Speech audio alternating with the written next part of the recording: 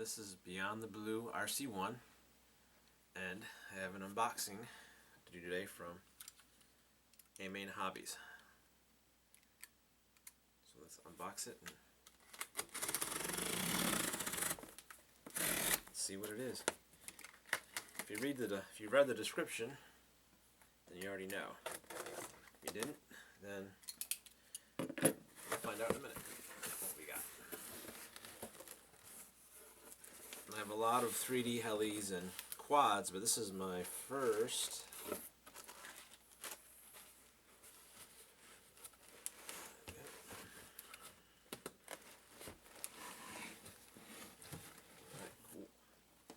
This is what it is. It's the Blade Apache from E-Flite. This box all the way. Alright. Look at this packing. Alright, so get an up close view of it, of the box. Very cool. So it says Micro AH-64 Apache Intermediate Collective Pitch Helicopter. So obviously it's not for a beginner. Someone that's flown a collective pitch heli before. It is a micro, so it's going to be a little twitchy, but if you've flown nano CP or any type of micro like that, you should be fine to fly this. Precise Spectrum DSMX technology. Authentic official license scale model. It says efficient brushless main and tail motors. Okay, so it's not a collective pitch tail. That's okay. So it has safe technology. Beginner mode, intermediate mode, expert mode. So you can do mild 3D with this. I won't be doing that, but it's capable of that. If you wanted to do that, you could do it. So, the back of the box, fly a scale attack heli with confidence is what it says. Put yourself in the action with the Blade Micro AH-64 Apache scale helicopter. Engineered around the abilities of innovative safe technology. I'm not going to read the whole thing, but you get the gist. So 2.4 gigahertz, it has AS3X. You've got standard rotary servos. It's got a brushless main tail motor. It's got a 4-blade head. And the head should be aluminum, but we'll find that out in a minute. It comes with a 400 milliamp 2-cell LiPo. Alright, so let's unbox this bad boy and see what's inside.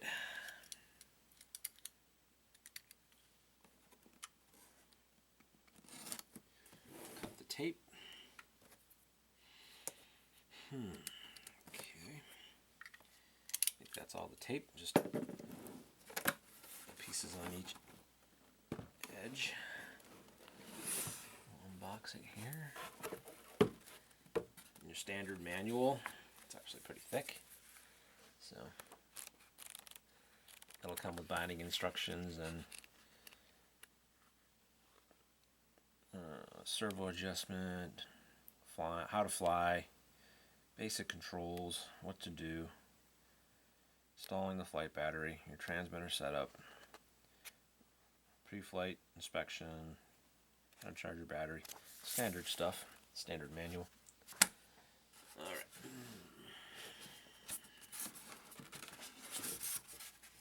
Well, that's pretty good sized actually. It's bigger than I thought it was going to be. Wow, very cool. So this is the helicopter right here.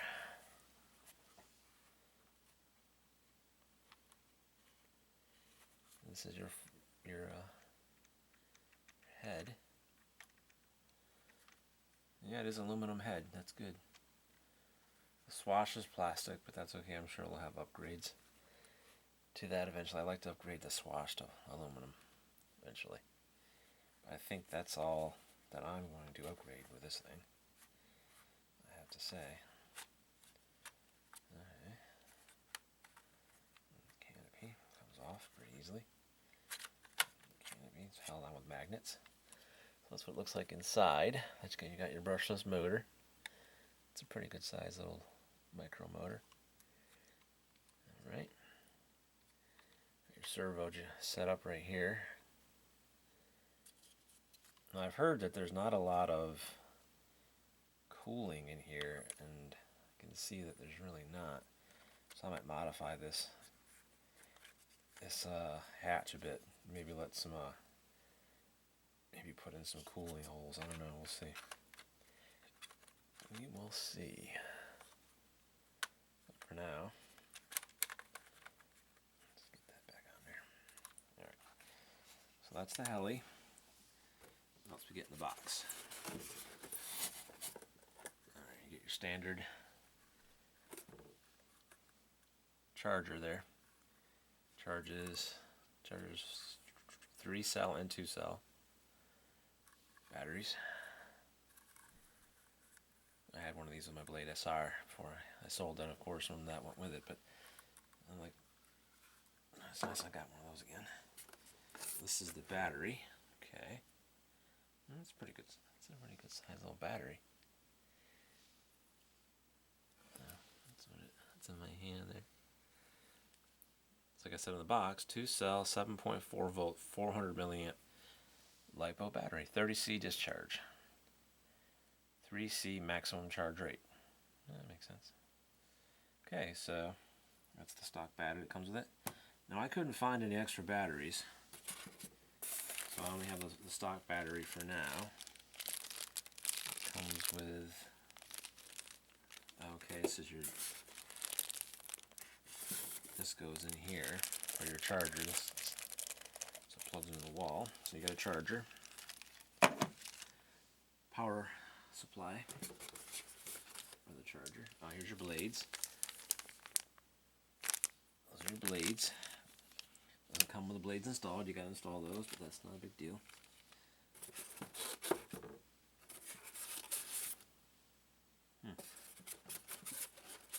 Ah, I see. This is the bind and fly, so it has a spot for the transmitter if you, I think probably a DX, I'm not sure. Whatever the basic one is now. I forget what it's called. There's your tool bag. You got a screwdriver and some zip ties and some foam tape in case you crash and you got to do some repairs. It's minor stuff, nothing too extravagant, but I don't plan on 3D in this at all, so I am not worried about crashing, really. Alright, so let's get this box out of the way. Alright, then we can go over this in a little more detail. So that's the helicopter. Right there. You got your charger, battery it comes with, tools, manual, of course power supply for the charger, and your blades. So that's what comes in the kit. Now I did order a battery. Now this isn't the E-Flite battery. I could not find one of them anywhere. This is a fairly new product, so maybe it's going to take a while to get those. I ordered just one of these ProTech batteries, hoping that it would at least have an extra. Let's see the difference in size. It may not. It's pretty small. I don't think it's going to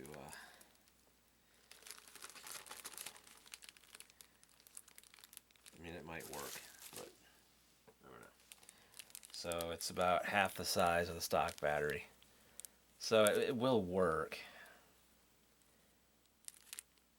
It has the JST connector on it, so I mean I could use it to get more than one flight in. It's a 240 milliamp.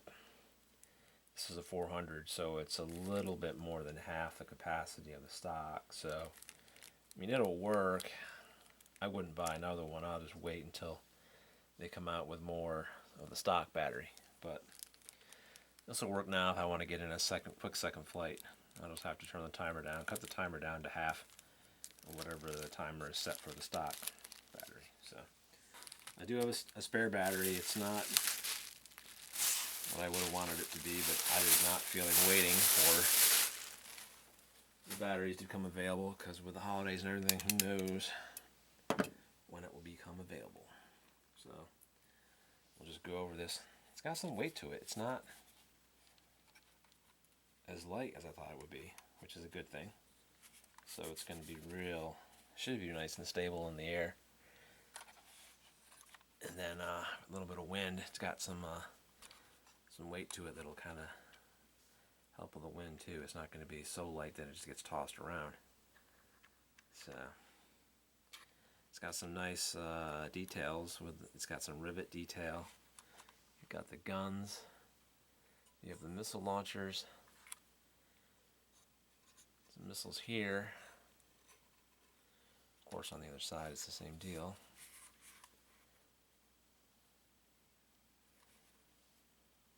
You got the front end.